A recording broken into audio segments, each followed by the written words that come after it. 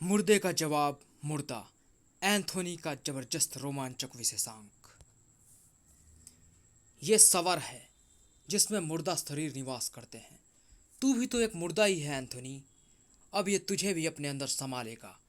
अब तेरा मुर्दा शरीर भी इसके शरीर में वास करेगा। जिंदा मुर्दे एंथोनी, यही है तेरा जवाब। मुर्दे का जवाब मुर्दा। चोरी की नीयत से अगर कोई किसी अमीर आदमी के घर में या कीमती सामानों से भरी दुकानों में सेंध लगाकर घुसे तो कारण समझ में आता है। लेकिन ये चोर कब्रिस्तान में चोरी की नीयत से आ रहा है, ये बात कुछ हजम नहीं हुई। लेकिन जब आया है तो कारण कुछ न कुछ तो अवश्य होगा। हफ हफ। कब्र खोदकर क्या ये मुर्दा चुरा कर ले जाना चाहता है? मगर मुर्दे का क्या करेगा? मुर्दा कोई घर में सजाने की चीज़ तो होगा नहीं। और अगर घर में सजाना ही है तो उसे सजा ले जो पहले से कब्र से बाहर है। अरे वही अपना एंथोनी। अरे कौन हो तुम? एंथोनी। एंथोनी गोंजाल्वेस। तो तुम्हारा हुलिया तो उसी से मिलता जुलता है। क्या तुम ही वो मुर्दे हो? उफ। हाँ, वही मुर्दा हूँ जिसे अपराध और अपराधियों से चिढ़ है। किसी की कब्र खोदना भी एक गंभीर अपराध है। नहीं नहीं, मुझे मत मारना एंथोनी, मत मारना। मैं यहाँ आने पर मजबूर हो गया था। चोर थर थर काँप रहा था। मेरा नाम अमर है एंथोनी। दरअसल मुझे अखबारों से पता चला ये कब्र राजा सुल्तान की है, जिसके पास हुजबुज नाम का एक हीरा था। उन्हें वो हीरा बहुत प्रिय था। एक अंग्रेज विलियम ब्रगिंजा ने राजा सुल्तान को मारकर वह हीरा उनसे छीन लिया था। कहते हैं सुल्तान को वह हीरा उसके गुरु से प्राप्त हुआ था, जो उनके लिए सुख व समृद्धि का प्रतीक बन गया। अंग्रेज विलियम द्वारा हीरा छीन लेने के पश्चात राजा सुल्तान के परिवार की वैभवता को तो जैसे ग्रहण ही लग गया। रियासतें खत्म हो गई, महल नीलाम हो गया। सुल्तान के दोनों बेटे फैजल और रहमान राजा से रंक हो गए। जल्द ही विलियम की भी मौत हो गई। उसकी मौत के बाद राजा सुल्तान के बड़े बेटे फैजल ने हीरे पर अपना पुश्तैनी हक जताकर मुकदमा दायर किया। वह मुकदमा जीत गया। हुजबुज राज परिवार को वापस मिल गया। लेकिन निर्धनता का जीवन जी रही मूर्ख राजमाता चाहती थी कि हुजबुज राजा सुल्तान को ही सौंप दिया जाए, ताकि उनकी आत्मा को शांति मिल जाए।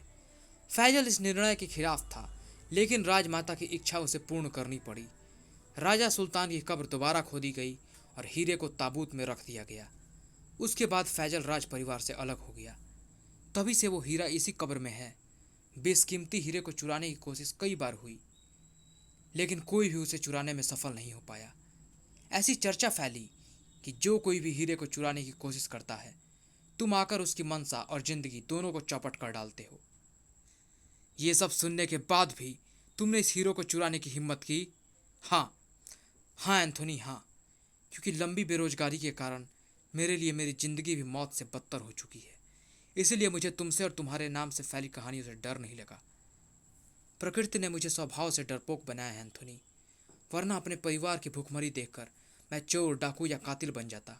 एक बेशकीमती हीरा पत्थर की तरह कब्र में बेकार पड़ा है। मुझे उसे ले लेने दो एंथोनी, क्योंकि वो मुझे समृद्धि दे सकता है। समृद्धि तो वो राज परिवार को भी दे सकता है जो निर्धनता का जीवन जी रहा है। हुजबुज पर प्रथम अधिकार राजमाता का है। तुम इस हीरे को चुराकर उनकी भावनाओं को चोट पहुंचाने की चेष्टा कर रहे हो, और ये मैं कभी होने नहीं दूंगा। लेकिन तुम चूंकि पेशावर चोर नहीं हो, इसलिए मैं तुम्हारी चोरी की उस प्रथम चेष्टा को क्षमा करके तुम्हें छोड़ रहा हूँ, वरना मैं तुम्हारे हाथ काटकर तुम्हें चोरी की सजा देता। तुम्हारी भलाई इसी में है कि इस कब्र को मिट्टी से दोबारा भरकर पुनः की पूर्व की तरह समतल कर दो और यहाँ से चले जाओ। मेहनत करने में शर्म ना आती तो जाकर बोझा उठाओ। तुम्हारा सिर मेहनत का बोझ बर्दाश्त कर लेगा, मगर तुम्हारी अंतरात्मा अपराध का बोझा नहीं बर्दाश्त कर पाएंगी। जाओ। मुझे भी जब 5 लाख रुपए की जरूरत पड़ी थी तो मैंने कुलीगिरी भी की थी, बोझा भी ढोया था। चोर या अपराधी तो नहीं बन गया था ना। मगर जो चोर और अपराधी ही थे। ये क्या कर रहे हो छोटा पठान? सामने से 2 पुलिस जीपें दौड़ी आ रही हैं और तुम भी अपनी कार उधर ही दौड़ा रहे हो। पुलिस को देखकर चोरों की मानसिकता हमेशा फरार होने की रहती है, जिससे पुलिस के हौसले बुलंद होते हैं। मैं इस मानसिकता को बदलना चाहता हूँ सिंदे। मैं अपनी इमेज ऐसी बनाना चाहता हूँ, मुझे देखकर पुलिस वापस भागे। तुम अपना सिर नीचे रखो ताकि कोई गोली तुम्हें न लग जाए, क्योंकि मैं भी अपना सिर नीचे करने जा रहा हूँ। साहब साहब, वो तो कार को आगे ही दौड़ाए लिए चला आ रहा है। एक जीप में डीसीपी इतिहास था। मुझे पूरी उम्मीद है कि पुलिस वाले अपनी ये जीपों को मेरे हाथों से रास्ते से हटा लेंगे। सुन, ये फुटपाथ पे टायर रगड़ने की आवाज़ें सुन। उफ, देखा, हम कामयाब हो गए। पुलिस वाले दाएं बाएं हो गए और हमारे जाने के लिए रास्ता बन गया। आप कमाल के आदमी है छोटा पठान। उफ, ये क्या? ये तो टायर फटने की आवाज़ें हैं। टायर हमारी कार के फटे हैं। कार संभालो छोटा पठान। कमीने पुलिस वाले चाल चल गए, पर उन्हें उनकी चाल का जवाब जरूर दूंगा। मैंने जीप के पीछे से कार के रास्ते में कीलें बिखेर दी ताकि वे न रुका तो सड़क पर बिछी कीलें उसकी टायर फाड़ दें। टायरों के फटने की जोरदार आवाज़ तुम सुन चुके हो। निश्चित रूप से कार के 2-3 टायर तो ब्रस्ट हो गए होंगे। कार रुक चुकी होगी। इससे पहले कि वो फरार हो जाएं, उन्हें घेरे में ले लो। साहब साहब, कार में तो कोई भी नहीं है। इसका मतलब वो निकल गए। हाँ, हम तो निकल गए, पर पुलिस वाले नहीं निकल पाएंगे, क्योंकि कार की खिड़की के शीशे रिमोट चालित है और मैंने बटन दबाकर शीशे चढ़ा दिए हैं। पुलिस वाले कार की खिड़की में फंस जाएंगे और फिर कार की खिड़कियों के शीशे रिमोट चालित हैं, इसका मतलब वो लोग आसपास ही हैं, मगर चारों दिशाओं में किस तरफ, ये पता करना मुश्किल है। मैं अकेला यह सब देखने एक दिशा में जा सकता हूँ, और वो दिशा गलत भी हो सकती है। साहब साहब, अंदर कार के फर्श पर टाइम बम रखा है और ये सिर्फ 30 सेकंड में फटने वाला है। हमें अब कोई नहीं बचा सकता। आप यहाँ से दूर चले जाइए sir. Oh no, hurry up sir, quick. आप गए या नहीं सर? अब 10 सेकंड बचे हैं। गोली चलाने से कोई फायदा नहीं होगा, क्योंकि गोली शीशे में सिर्फ एक ही छेद करेगी। मुझे रिवॉल्वर की चोट से शीशा तोड़ना होगा। मैं तुम्हें साथ लिए बिना नहीं जा सकता। शीशा नहीं टूटेगा साहब। अब सिर्फ 5 सेकंड बचे हैं। भागिए साहब भागिए, वरना आप भी भागिए साहब भागिए। मौत भले ही आ जाए, पर इस तरह तुम्हें मौत के मुंह में छोड़कर नहीं भागूंगा। मैं भी तुम सबके साथ मरूंगा। 5 सेकंड भी बीत गए। धमाका भी हो गया, मगर धमाका कार के अंदर नहीं बल्कि बाहर हुआ। बूम! ये विस्फोट तो कार में होना था। हाँ, लेकिन सही वक्त पर मैं पहुंच गया। मुर्दा पहुंच गया था। तुम्हारे आदमियों को सिर्फ कांच टूटकर बिखरने की आवाज़ ही सुनाई दी। कांच कैसे टूट गया? कोई आंधी सी गुजर गई। वो आंधी मैं था। मैं बम फटने के सिर्फ 2 सेकंड पहले कार में घुसा और बम लेकर बाहर निकल गया। अब तुम अपने आदमियों को आसानी से छुड़ा सकते हो। फिर आज उस जिंदा मुर्दे की वजह से हम लोग बच सके। हाँ, वही जिसे कोई काला फरिश्ता कहता है तो काली काली मौत, जिसके आने पर नेक लोगों को आती है सुगंध और दुष्ट लोगों को आती है दुर्गंध। ओह हाँ, मुझे सुगंध आई थी। तुझसे तेरी नेकी चलने का सबूत किसने मांगा है? इधर फिलहाल सिंधे को बड़ा पठान के चाटे की जोरदार आवाज आई थी। चटाक! तुम मेरे भाई को हथियारों का कंसाइनमेंट लेने के लिए क्या सोच कर गया था? अगर उसे कुछ हो जाता, मैं तेरे 6000 टुकड़े करके कुत्तों के आगे डाल देता। ठहरो भाई, ठहरो। मैं खुद उसके साथ गया था। लेकिन तू क्यों गया था? तुझे इन सब काले कामों से दूर रहने को कहा था या नहीं? कहा था भाई, कहा था। फिर मैं कब तक हाथ पर हाथ रखकर बैठा रहूं? तू समझता क्यों नहीं? हमारा काम कोई खेल नहीं है। पुलिस की गोलियां हर वक्त हमारे शरीर सूंघती रहती है। सैकड़ों खतरे जिंदगी के दरवाजे पर दस्तक देते रहते हैं। तेरा भाई बड़ा पठान कुछ भी बर्दाश्त कर सकता है, पर तुझे कुछ हो जाए ये बर्दाश्त नहीं कर सकता। इसीलिए तुझे आज तक काले कामों से दूर रखा है। लेकिन बड़े भाई को कुछ हो जाए, इसे छोटा भाई कैसे बर्दाश्त करेगा? ये नहीं सोचा भाई। शेर अपने बच्चे को शिकार करना सिखाता है ताकि कल को भूख लगने पर अपना पेट वो खुद भर सके। अगर वो ऐसा नहीं करेगा तो बच्चे शिकार करना कैसे सीखेंगे? छोटा पठान ठीक कह रहा है बड़ा पठान। आपकी ममता एक दिन इसे कमज़ोर बना देगी। आज छोटा पठान के दिमाग और उनके इरादों के जलवे मैंने देखे हैं। वो अगर तुम देख लेते बड़ा पठान तो दांतों तले उंगली दबा लेते। कदम कदम पर इसने पुलिस वालों को ऐसा छकाया कि उनके होश उड़ा दिए। वो तो मुर्दा एंथोनी बीच में आ गया, वरना आज 4 पुलिस वालों की आत्माएं छोटा पठान की प्लानिंग का शिकार होकर यमराज के दरवाजे में दस्तक दे रही होती। शिंदे के मुंह से छोटा पठान की हरकतें सुनकर बड़ा पठान की आंखें चौड़ी हो रही थी। बड़ा पठान, मैं तो कहता हूं कि जिस काम के लिए आज तक आपने कई आदमियों की जिंदगी दांव पर लगा चुके हो, वो काम छोटा पठान पूरा कर सकता है। शिंदे चुप कर, मैं उस काम को भूल चुका हूं। कौन सा काम भाई? कोई काम नहीं, ये सिंधे तो यूं ही बकबक करता रहता है। आसान काम तो आसानी से पूरे हो जाते हैं भाई, मुश्किल काम भी थोड़े परेशानी के बाद पूरे हो ही जाते हैं। मगर असंभव काम चुनौतीपूर्ण होते हैं, और चुनौतियां स्वीकार करने वाला शख्स ही विजेता कहलाता है। उसी का राज चलता है। क्या आप अपने छोटे भाई को विजेता नहीं बनाना चाहते? बनाना चाहता हूँ, बिल्कुल चाहता हूँ, पर तुझे बचपन से पाला है ना, तेरे शरीर पर आई एक खरोंच से भी डरता हूँ। ये लो भाई खनाक, खरोंचों को देखने के अभ्यस्त हो जाओ। छोटे, पागल हो गया है क्या तू? सिंधे, फर्स्ट एड बॉक्स ला जल्दी। अब तो मुझे बता दो भाई कि वो कौन सा काम है जिसे पूरा करने की कोशिश करते हुए आपके कई आदमी मारे जा चुके हैं। ठीक है, मैं तुझे बताता हूँ छोटे। दरअसल वो हुजबुज नाम का हीरा है जो राजा सुल्तान की कब्र में रखा है। वो हीरा प्राप्त करना मेरी जिंदगी का एकमात्र मकसद है। अपराध जगत का राजा बना सकता है वो हीरा मुझे, लेकिन उसे प्राप्त करने की कोशिश करना जिंदगी छोड़ने का मकसद भी हो सकता है।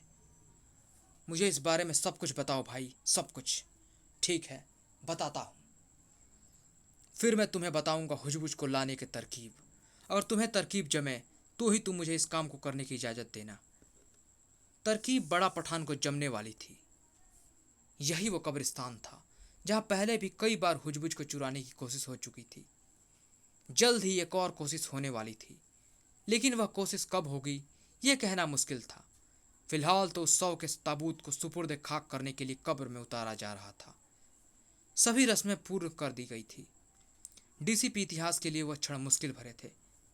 ये तुम क्या अनाप शनाप बक रही हो सलीमा? मेरा दिल चीख चीख कर ये गवाही दे रहा है साहब। बार बार ऐसा लग रहा है कि वो मुझे पुकार रहे हैं।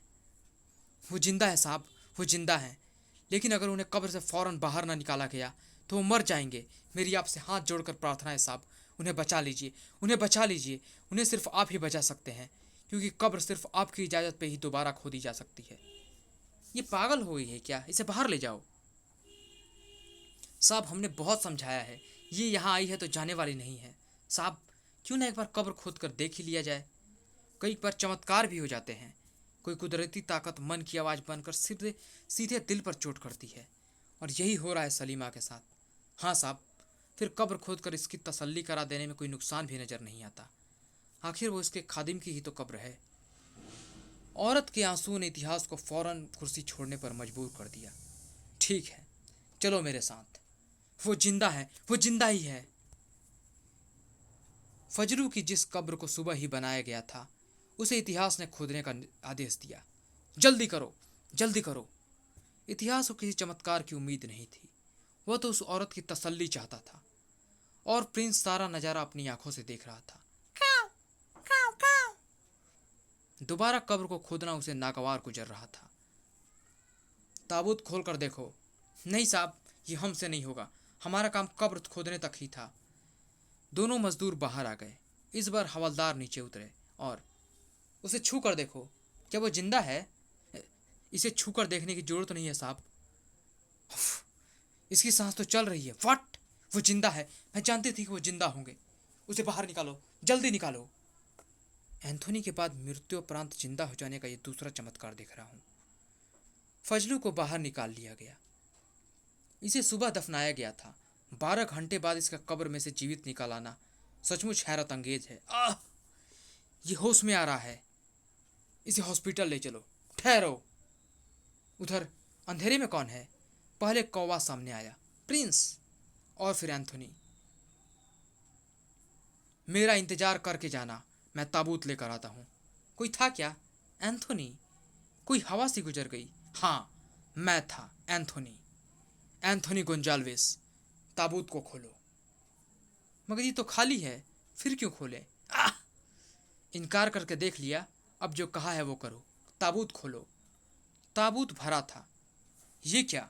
Oxygen cylinder, oxygen mask, electronic driller machine, cutter, mineral water बोतल, हाई प्रोटीन युक्त डिब्बाबंद खाना, पेनकिलर व अन्य दवाएं। ये सब सामान ताबूत में कहाँ से आ गया? मुझसे क्या पूछते हो? इससे पूछो जो मुर्दा बनकर ताबूत में लेटा था। इससे पूछो जिसके मन की आवाज़ कब्र में बंद होकर इसके पति के जिंदा होने की गारंटी दे रही थी। और इनसे पूछो जो इसके हिमायती बनकर यहाँ कब्र खोदकर उस मुर्दे को निकालने पहुंचे थे। पूछो इनसे कि ताबूत में ये बड़ा छेद क्यों बनाया। कुछ भी पूछने की जरूरत नहीं है एंथोनी, मैं समझ गया। ये राजा सुल्तान की कब्र में रखे हीरे हुजबुज को चुराने की प्लानिंग थी। हाँ, ये सारा ड्रामा था।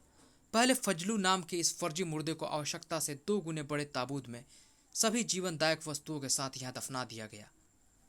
ताबूत में बने छेद से ड्रिलर द्वारा जमीन में पतली सुरंग बनाकर यह मुश्किल से 5 फुट ही दूर कब्र में राजा सुल्तान के ताबूत तक पहुंच गया और वहां से हीरा उठा लेने के बाद ये वापस अपने ताबूत में आ लेटा। उसके बाद बाहर आने के लिए जो कुछ हुआ वो तो तुम जानते ही हो इतिहास। तो बहुत कुछ जान गए हो। जिंग जिंग जिंग जिंग धा धा धा। बेवकूफो, गोलियां मुझे मार सकती होती तो मैं कितनी बार दफा मर चुका होता। थप। बेवकूफो, जब मुझे गोलियां नहीं मार पाई तो कुदालों से क्या उम्मीद करते हो। ठहरो, रुक जाओ, ये क्या कर रहे हो। तुम्हारा सामान वापस दे दूं। सा सा उफ। तुम्हारे रिवॉल्वरों में अभी गोलियां बाकी बची होनी चाहिए। रिवॉल्वरों में गोलियां नहीं हैं, मगर तुम्हारी खोपड़ियां तोड़ने के लिए खाली रिवॉल्वर में भी काफी है। इतिहास का स्वर पत्थर की तरह सख्त था। पहले अपने अपने चेहरे से पट्टियां हटाओ, फिर हुजबुज मेरे हवाले करो। मैं हुजबुज को वैसे भी चुरा नहीं रहा था। एंथोनी भी वहां आ पहुंचा था। मेरा यकीन करो, मैं कोई पेशावर अपराधी नहीं हूं। अगर होता तो मेरा आपराधिक रिकॉर्ड पुलिस के पास होता। आप पता कर सकते हैं कि मेरा कोई पुलिस रिकॉर्ड नहीं है। तो फिर तुम्हारे साथियों ने हमला क्यों किया। शायद लालच के कारण, क्योंकि उन्हें पता था कि मैं हुजबुज ले आया हूँ। साथ ही उन्हें यह भी पता था कि मैं हुजबुज को पुलिस को लौटा देने वाला हूँ। शायद वो लोग नहीं चाहते थे कि मैं ऐसा करूँ। वे लोग हथियार लेके आए होंगे, मुझे इस बात का इल्म तक न था। लेकिन अगर तुम हीरा लौटा देने वाले थे तो फिर तुमने हीरा चुराया ही क्यों। अपनी पत्नी सलीमा से लगी शर्त के कारण। मजाक ही मजाक में सलीमा ने मुझे चैलेंज कर दिया था कि अगर मैं खुद को शार्प माइंडेड मानता हूँ तो राजा सुल्तान का हीरा हुजबुज लाकर दिखाऊं। यह सारी प्लानिंग उसी शर्त का हिस्सा थी। मैं शर्त तो जीत गया, लेकिन एंथोनी के आ जाने और अपने आदमियों की गद्दारी के कारण मैं अपने आप को निर्दोष सिद्ध नहीं कर पाया। इसकी सजा मैं भुगतने को तैयार हूँ। मैंने तुम्हें मुसीबत में फंसा दिया। इसके साथ क्या करना है इसका फैसला मैं तुम पर छोड़ता हूँ इतिहास। फैसला तो मैंने कर लिया। एंथोनी, हुजबुज को इसी कब्र में बनी उस सुरंग से वापस सुल्तान के ताबूत में पहुंचा दो। ठीक है। एंथोनी हीरा लेकर उस कब्र में बनी सुरंग में समा गया। मैं तुम पर कोई केस नहीं बना रहा। तुम्हारा जुर्म संगीन है, बावजूद इसके खुशकिस्मत हो जो एंथोनी ने तुम्हारा फैसला मुझ पर छोड़ दिया, वरना तुम बचते नहीं। अब जाओ यहाँ से। Thank you sir. बड़ा पठान के लिए वो क्षण हैरत भरे थे। तुमने कमाल कर दिया छोटे। तुम वो पहले इंसान हो जो न सिर्फ हीरो को ही कब्र से बाहर तक ले आने में सफल हुए, बल्कि मुजरिम होते हुए भी तुमने खुद को निर्दोष साबित कर दिया। इसमें कमाल कुछ भी नहीं है भाई। ये गुण मैंने गिरगिट से सीखा है, जो परिस्थितियों के मुताबिक फौरन रंग बदलता है और अपने आप को शत्रुओं की निगाह में आने से बचाता है।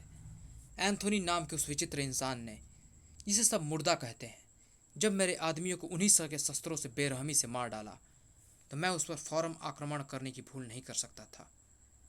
लेकिन इससे मुर्दे एंथोनी के बारे में फैली इन बातों की सच्चाई सामने आ गई कि उसकी जासूस आत्माएं चारों ओर फैली हुई हैं, जो अपराध संबंधित पल पल की रिपोर्ट उसे देती रहती हैं। इसका मतलब हुजबुज मुझे कभी नहीं मिल पाएगा। मिलेगा, जरूर मिलेगा। आखिर एंथोनी ने कब्र खोदने में कोई अड़चन नहीं डाली। इससे मुझे आभास मिलता है कि अगर कानून के दायरे में रहकर कब्र खुदे तो हीरा हासिल किया जा सकता है। लेकिन उन्हें नहीं मालूम था कि प्रकृति के आगे सभी दायरे छोड़े पड़ जाते हैं। धड़ फड़ाक, ओह नो, भूकंप! यहाँ से बाहर निकलो, ये काफी तेज भूकंप है भाई। भूकंप ने कई इमारतों को क्षतिग्रस्त कर दिया था। उस कब्रिस्तान की क्या हालत होगी भाई, जिसमें सुल्तान की कब्र है। हालत खराब ही थी। संयोगवश मिला यह अवसर छोटा पठान चूकने वाला नहीं था। भूकंप के कारण कब्रिस्तान में कई जगह जमीन पर दरारें पड़ गई हैं। ताबूत बाहर निकल आए हैं। इस कब्रिस्तान में हमारे पूर्वजों की कब्रें हैं। हम इसे खुद ठीक करेंगे और इस कब्र को मैं अपने हाथों से ठीक करूंगा, क्योंकि यह कब्र है राजा सुल्तान की।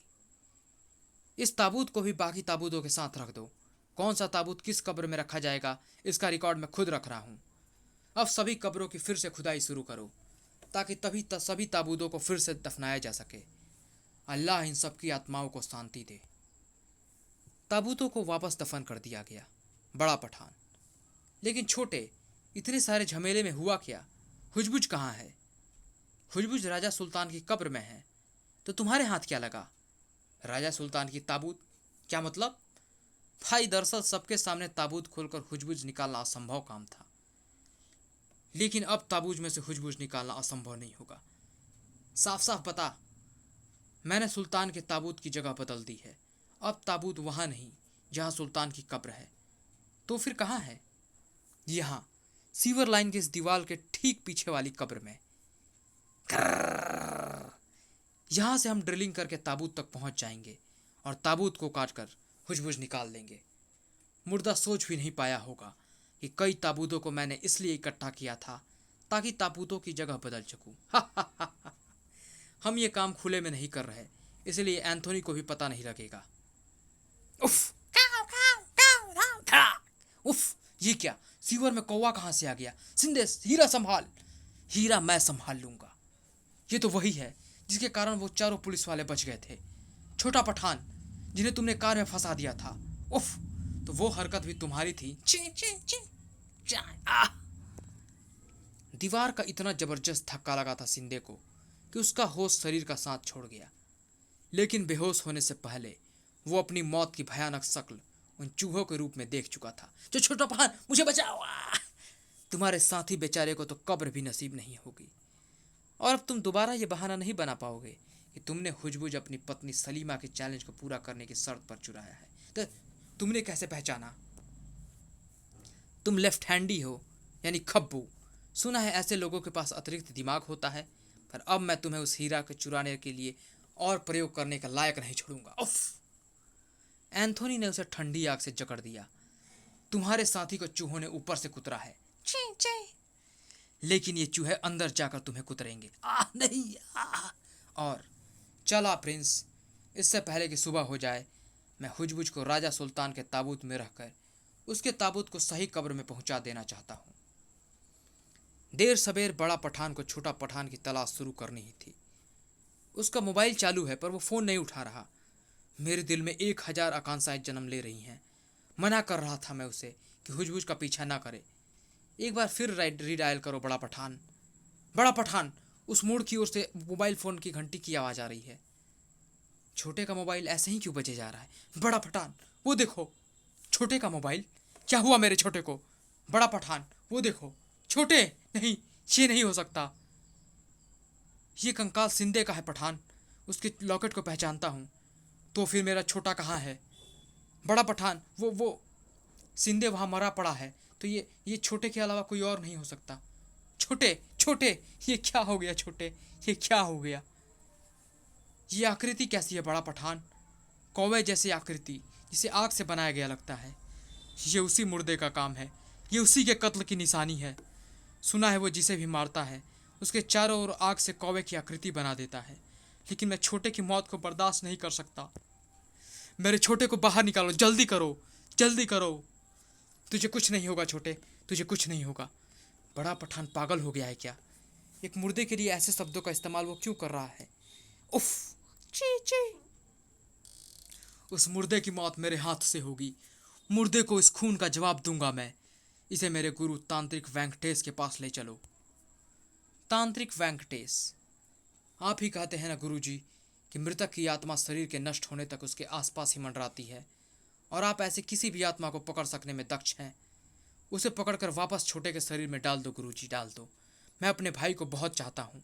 इसकी ज़िंदगी के बदले मैं आपको दौलत से तौल दूंगा। यह सच है कि मेरे पास ऐसी सिद्धि है, मगर मैं ऐसी सिद्धियों के